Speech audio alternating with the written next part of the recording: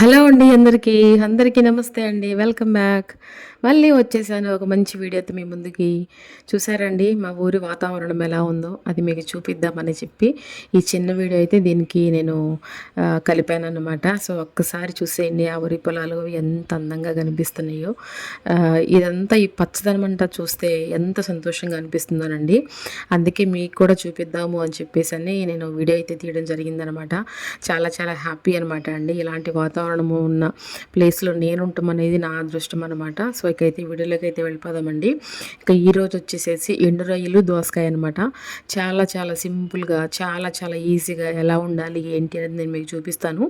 తప్పకుండా మీరు కూడా ట్రై చేయండి. ఇక నేనైతే మేము ఇంట్లో తినే ఇద్దరమే కాబట్టి ఒక 3 టమాటాలు, ఒక పావు కిలో దోసకాయ, ఒక పెద్ద ఉల్లిపాయ, ఒక 4 పచ్చిమిరపకాయలు, ఒక 50 గ్రాములు రొయ్యలు తీసుకున్నాండి. రొయ్యలు చక్కగా నేను బాగు చేశాను. ఇక అవి నేను శుభ్రంగా అన్ని తొక్కులు అవన్నీ తీసేసుకొని ఉల్లిపాయలు టమాటాలు అన్నీ శుభ్రంగా కడిగేసేసుకొని కట్ చేసి పెట్టుకుంటానండి అన్నీ చక్కగా. మీరు ట్రై చేశారండి? మీరు ట్రై చేస్తే మీరు ఎలా చేస్తారనేది నాకు కమెంట్ సెక్షన్లో షేర్ అయితే చేయండి. ఇప్పుడు నేను ఎలా చేస్తాననేది మీరు చూసేసేయండి, ఓకేనా అండి? ఇకైతే నేను అన్నీ శుభ్రంగా కట్ చేసేసుకున్నానండి. ఉల్లిపాయలు పచ్చిమిరపకాయలు దోసకాయ టమాటా అన్నీ ఉంటే ములక్కాయ కూడా వేసుకోవచ్చండి. బట్ నాకు ములక్కాయ అవైలబుల్గా లేదనమాట. సో నేను ములక్కాయ అయితే వేయలేదు. అయినా సరే ఎండు రొయ్యలు దోసకాయ అనేది బాగా అసలు ఎక్సలెంట్ కర్రీ అనమాట అండి. సో ఇకైతే నేను అవన్నీ కట్ చేసేసి పెట్టేసేసుకున్నాను కదా. ఇప్పుడైతే ఒక గిన్నె తీసుకొని ఆ గిన్నెలో కొంచెం ఒక గ్లాస్ వాటర్ అయితే వేసుకొని మనం అవి వేడి చేసుకోవాలండి. వేడి చేసుకొని మనం రొయ్యలు అనేవి శుభ్రంగా హాట్ వాటర్లో వేసుకొని శుభ్రంగా కడగాలన్నమాట. ఎందుకంటే అండి కొంతమంది మామూలుగా నీళ్ళతో కడిగేసేసి వేసేస్తూ ఉంటారు. అలా కాదండి, మనం హాట్ వాటర్లో కొంచెం ఆ రొయ్యలు అనేది శుభ్రం చేసుకుంటే అందులో ఉన్న దుమ్ము ధూళి ఇసుక మట్టి ఇవన్నీ ఏమన్నా ఉంటే కనుక హాట్ వాటర్లో వేయంగానే అందులో ఉన్నవన్నీ మొత్తం కిందకి దిగిపోతాయి అనమాట. ఒకటికి 2-3 సార్లు అయితే మనం శుభ్రంగా ఆ రొయ్యలన్నింటినీ కడుక్కోవాలన్నమాట అండి. శుభ్రంగా కడుక్కుంటే మనకి ఇసుక అవి ఇవి ఉండకుండా కర్రీ అనేది నీట్గా ఉంటుందన్నమాట. అదిగోండి హాట్ వాటర్లో వేసి కడిగి కంపల్సరీగా ఈ పని అయితే చేయండి. చన్నీళ్ళలో కడిగేసేస్తే అందులో ఉండే దుమ్ము ధూళి ఏం పోవన్నమాట. అదే హాట్ వాటర్లో వేసి కడిగితే అందులో ఉండే మొత్తం పోతాయి అనమాట అండి. నేను ముందు హాట్ వాటర్లో కడిగాను, మళ్ళీ 2-3 సార్లు నేను మామూలు చన్నీళ్ళలో కడిగాను అనమాట. అలా కడిగి మనం శుభ్రంగా పెట్టుకుంటే మనకి మనం కడుపుకు తినేది మనం శుభ్రంగా చేసి మనం చేసుకుంటే మన హెల్త్కి చాలా మంచిదనమాట అండి. సో ఇకైతే నేను శుభ్రంగా కడిగేసేసుకొని ఒక బౌల్లోకి అయితే తీసేసుకున్నాను అనమాట. తీసేసుకొని ఇక మనం ఏం చేద్దాము, అన్ని దోసకాయలు టమాటాలు పచ్చిమిరపకాయలు ఇవన్నీ కట్ చేసి పెట్టేసేసుకున్నాం కదా. ఇది కూడా రెడీగా పెట్టేసేసుకుంటే మనం చక్కగా మన కర్రీ అనేది మనకి చాలా ఈజీ అయిపోతుంది అనమాట. చాలా ఈజీగా చేసేసుకోవచ్చు అండి ఈ కర్రీ అనేది. నాకైతే దోసకాయ ఎండు రొయ్యలు అంటే చాలా చాలా ఇష్టం అండి. నేను చాలా ఇష్టంగా తింటాను. సో ఇకైతే మనం రొయ్యలు అయితే శుభ్రం చేసేసుకున్నాం కదా. ఇక అదైతే పక్కన పెట్టేసేసుకొని ఇప్పుడైతే మనం చక్కగా స్టవ్ అయితే వెలిగించేసేసుకొని బాండీ అయితే పెట్టేసేసుకుందామండి. మనం కర్రీ చేసుకునే బాండీ అయితే తీసేసుకొని స్టవ్ అయితే వెలిగించేసేసుకుందాము. నాన్ వెజ్ కాబట్టి ఎండు చేపలైనా మరి చికెన్ అయినా మటన్ అయినా ఫిష్ అయినా ఈ కర్రీస్లోకి మనం ఆయిల్ వేసుకునే స్పూన్ అంటే ఇంకొక స్పూన్ ఎగస్ట్రానే వేసుకోవాలన్నమాట. ఎందుకంటే నీచు కూరల్లో ఆయిల్ కొంచెం ఎక్కువగానే వేసుకోవాలండి. సో ఇకైతే నేను ఒక 6 స్పూన్ల దాకా ఆయిల్ అయితే వేసాను అనమాట. ఆయిల్ కొంచెం వేడవనివ్వాలన్నమాట అండి. వేడైతే మనం ఫస్ట్ రొయ్యలు అయితే వేపుకుందామండి. వేడైన తర్వాత ఈ మనం ముందే శుభ్రంగా పెట్టుకున్న ఈ రొయ్యలు అనేటివి మనం శుభ్రంగా కడిగి పెట్టుకున్నాం కదా, వాటిని మనం చక్కగా ఆయిల్లో అయితే వేసేసుకుందాము. మరీ నలుపు కాదండి, మరీ ఇదిగా కాకుండా కొంచెం జస్ట్ కొంచెం రోస్ట్ లాగా చేసేసుకొని మన రొయ్యలు అయితే ఒక గిన్నెలోకి మళ్ళీ తీసేసుకుందామండి. కొంతమంది ఏం చేస్తారంటే రొయ్యల్ని వేపకుండా పచ్చివే అలా వేసేస్తూ ఉంటారు. అలా కూడా వండుకోవచ్చు. నేనైతే అలా ఉండనండి, నాకు అలా ఇష్టం ఉండదనమాట. నేను ఆయిల్లో కొంచెం ఫ్రై చేస్తాను రొయ్యలు అనేవి. సో ఇకైతే నేను ఆయిల్లో కొంచెం ఫ్రై చేసిన తర్వాత వీటిని మనం ఇప్పుడు ఒక బౌల్లోకి తీసేసుకుందామండి. వేగిపోయినాయి మరీ నల్లగా వేపామనుకోండి మళ్ళీ మనకి చేదు వచ్చేస్తుంది అనమాట. అలా కాకుండా జస్ట్ అలా ఆయిల్లో వేసేసి అలా తీసేసుకునేలాగా వేపుకుంటే సరిపోతుందనమాట. ఎందుకంటే మనకి అవి వేగి ఆ క్రంచీనెస్ అనేది మన పంటి కింద తెలుస్తూ ఉంటుంది. టేస్ట్ అనేది చాలా బాగుంటుంది అనమాట. ఇక వేగిపోయినాయండి. వేగిపోయిన వాటిని మనం ఇప్పుడు చక్కగా ఈ బౌల్లోకి అయితే తీసేసుకొని పక్కన పెడితే పెట్టేసేసుకోవాలండి. నేను ఆల్రెడీ రైస్ కూడా పెట్టేసేసాను. బయట ఏమో వర్షం ఒకటి పడుతుందనమాట అండి. ఇక ఫెస్టివల్ కదా, పాపం ఫెస్టివల్ చేసుకునే వాళ్ళకి ఇబ్బంది లేకుండా వర్షం అనేది తగ్గిపోతే బాగుండనమాట. ఎంతైనా వర్షం పడతా ఉంటే ఆ ఫెస్టివల్ చేసుకోవాలంటే కొంచెం ఇబ్బందిగా అనిపిస్తుంది కదా. సో ఇకైతే పడకుండా తగ్గిపోతుందిలేండి, అదేం కాదు. ప్రతి ఇయర్ కంపల్సరీగా వర్షం అయితే పడుతుంది కదా, ఇకైతే సో ఇక వర్షం పడుతుందనమాట అలాగే. సో తగ్గిపోవాలని కోరుకుందాము. సో ఇకైతే మన రొయ్యలు అయితే వేగిపోయినాయి కదండి. రొయ్యలు తీసేసుకున్న తర్వాత మనం ముందే కట్ చేసి పెట్టుకున్న ఒక పెద్ద సైజు ఉల్లిపాయ, ఒక 4 పచ్చిమిరపకాయలు చీలికలుగా కట్ చేసుకోవాలన్నమాట. అవి అయితే ఆయిల్లో వేసేసుకొని కొంచెం మెంతిపిండి అయితే వేసుకుంటున్నానండి. నేను కంపల్సరీగా ప్రతి ఒక్క కర్రీలోకి వాడతాను, అది మీకు తెలిసిందే. సో ఇకైతే మనం చక్కగా కలిపేసేసుకుందామండి. కలిపేసేసుకొని అవి వేగిన తర్వాత ఏం చేయాలో చెప్తాను. మీరు ఈ ఫెస్టివల్, ఈ వినాయక చవితి ఎలా జరుపుకుంటారు, ఏమేం ప్రసాదాలు చేసుకుంటారు అనేది నాకు తప్పకుండా కమెంట్ సెక్షన్లో షేర్ అయితే చేయండి కంపల్సరీగా. సో మీ పండగ విశేషాలని మాతో షేర్ చేసుకోవాలి అనుకుంటే కమెంట్ చేయండి. సో ఇకైతే మనకి చక్కగా ఉల్లిపాయలు వేగిపోయినాయండి. ఉల్లిపాయలు పచ్చిమిరకాయలు వేగిపోయినాయి అనమాట. వేగిపోయిన తర్వాత మనం ముందే కట్ చేసి పెట్టుకున్న దోసకాయ ముక్కలు, టమాటా ముక్కలు కూడా వేసేసుకోవాలన్నమాట.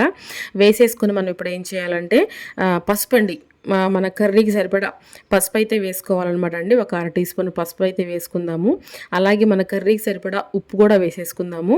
ఒక 2 స్పూన్ల దాకా నేను కల్లుప్పు వేద్దాం అనుకుంటున్నానులే, కానీ కల్లుప్పు అయితే వేయట్లేదండి. నేను మెత్తటి ఉప్పే వేస్తున్నాను అనమాట. ఒక 2 స్పూన్లు అయితే వేస్తున్నాను కర్రీకి సరిపడా. చాలకపోతే తర్వాత చూసి వేసుకోవచ్చు. నాకు తెలిసి సరిపోతుంది ఈ ఉప్పు అయితే. ఇకైతే 2 స్పూన్లు ఉప్పు అయితే వేసేసిన తర్వాత మనం ఒక్కసారి చక్కగా ఈ ముక్కలన్నిటిని కూడా చక్కగా కలిపేసేసుకుందామండి. చాలా చాలా చాలా బాగుంటుందని నిజంగా చెప్తున్నాను. చాలా టేస్ట్గా ఉంటుంది. అలాగే ఎండు రొయ్యలు గోంగూర బాగుంటుంది.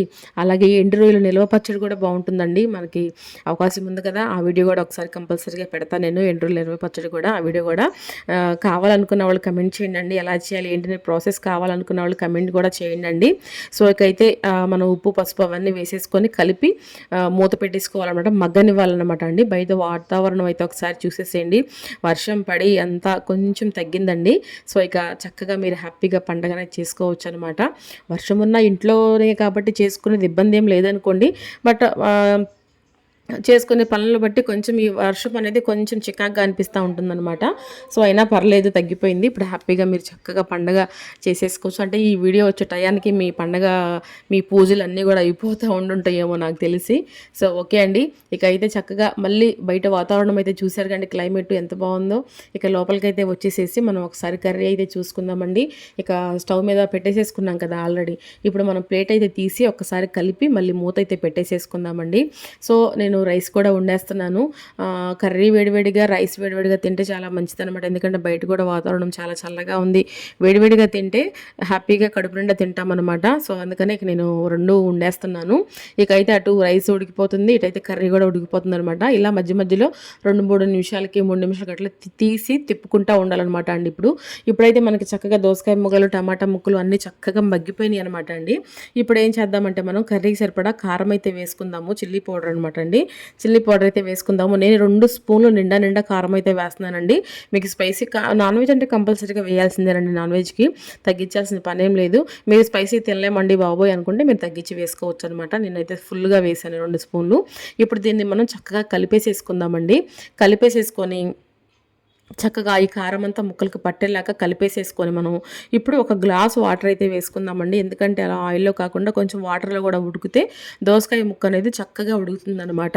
చాలా చాలా ఈ దోసకాయ ముక్క అనగా నాకు ఒక మాట గుర్తుకొచ్చిందండి. మా అత్తయ్య గారు దోసకాయ, అలాగే బంగాళదుంప, ములక్కాయ ఇవన్నీ వేసి పులుసు పెడతారండి. అసలు ఎంత బాగుంటుందోనండి. అసలు కడుపు నిండా తృప్తిగా తింటామన్నమాట. నాకు ఈ దోసకాయ అనగా నా అత్తయ్య గుర్తొచ్చారు. అంత బాగా వండుతారండి మా అత్తయ్య గారు అయితే. ఆ కర్రీ అయితే వీలైతే ఒకసారి నేను మీకు చూపిస్తాను ఆ వీడియో కూడా. ఇక కంపల్సరీగా ఇక కంపల్సరీగా చేపిస్తాను. అత్తయ్యని ఎట్లాగైనా సరే ఒప్పించి ఆ వీడియో అయితే అత్తయ్య చేస్తారు కాదనకుండా. సో ఇకైతే మనం ఇప్పుడు కర్రీ ఉడకడానికి గ్లాస్ నిండా అయితే వాటర్ అయితే వేసుకున్నామండి. ఇక అది మనం మూత పెట్టేసేసుకోవాలి. మనం ఈ కర్రీ ఈ బౌల్లోకి తీసుకుందామని చెప్పేసి అరిటాకు అయితే నేను సెట్ చేశాను అనమాట. చక్కగా వర్షానికి అరిటాకులు ఎంత అందంగా కనిపించినాయో అందుకే ఒకటి అయితే కట్ చేసుకొని వచ్చి మన కర్రీ తీసుకుని బౌల్లో అయితే వేసాను అనమాట. ఇక సో అయితే మన కర్రీ రెడీ అయిపోతుందండి. ఇంకా అవ్వలేదు, అవుతుంది, ఉడుకుతుంది. చూసారా దోసకాయ ముక్కలు కూడా చక్కగా మెత్తగా ఉడుకుతుంది. ఉడకాలన్నమాట అండి. ఎంత ఉడికితే మనకి దోసకాయ ముక్క అనేది అంత మెత్తగా ఉంటుందన్నమాట. చాలా బాగుంటుందన్నమాట. హై పెట్టేసేసుకోకూడదు. వాటర్ వేసిన తర్వాత ఒక 2, 3 నిమిషాల పాటు హై మీద ఉంచి తర్వాత ఒక్క మాదిరి ఫ్లేమ్లో మనం స్టవ్ అనేది తగ్గించేసుకోవాలన్నమాట. తగ్గించేసుకుంటే మనకి ముక్క అనేది మెత్తగా ఉడుకుతుందన్నమాట అండి. ఇక కొంచెం వాటర్ తగ్గి గుజ్జు వచ్చింది అని అనుకున్నప్పుడు మనం ఏం చేయాలంటే మనం ముందే ఫ్రై చేసి పెట్టుకున్న రొయ్యలను కూడా వేసేసుకోవాలన్నమాట. వేసేసుకొని చక్కగా కలిపేసేసుకోవాలండి. కలిపేసేసుకుంటే చక్కగా ఆ రొయ్యలు కూడా కొద్ది గొప్ప ఉన్న వాటర్లో చక్కగా వెళ్ళి చక్కగా ఆ రొయ్యి కూడా చక్కగా మెత్తగిలుతుందనమాట. చాలా బాగుంటుందన్నమాట. టేస్ట్ చాలా చాలా బాగుంటుందండి. ఒక్క సాడ్ న్యూస్ ఏంటంటే నాకు నిన్న ఈరోజు కానీ కొత్తిమీర ఎక్కడ దొరకలేదనమాట అండి. చాలా ట్రై చేశాను బట్ దొరకలేదు. అదే కదా ఒక్కొక్కసారి మనకి అనుకున్న పనులు అవ్వో అనుకున్నప్పుడు మనం బాధపడతాం కదా, అదే బాధ అయితే నాకు నిన్నటి నుంచి ఉందనమాట. కొత్తిమీరని చాలా మిస్ అయ్యాను. సో ఓకే పర్లేదు, ఒక్కొక్కసారి దొరకవండి, దొరకనప్పుడు మనం అడ్జస్ట్ అయిపోవాలి. అలాగే మన కర్రీ కూడా చక్కగా రెడీ అయిపోతుందండి. చూసారా ఎంత చక్కటి మన దోసకాయ ఎండ్రీలో ఎంత చక్కగా రెడీ అయిపోయిందో. మీరు కూడా తప్పక ఇలాగే ట్రై చేస్తారు కదా, ట్రై చేయండి. ట్రై చేసి ఎలా వచ్చింది ఏంటి అనేది నాకు కమెంట్ సెక్షన్లో షేర్ అయితే చేయండి.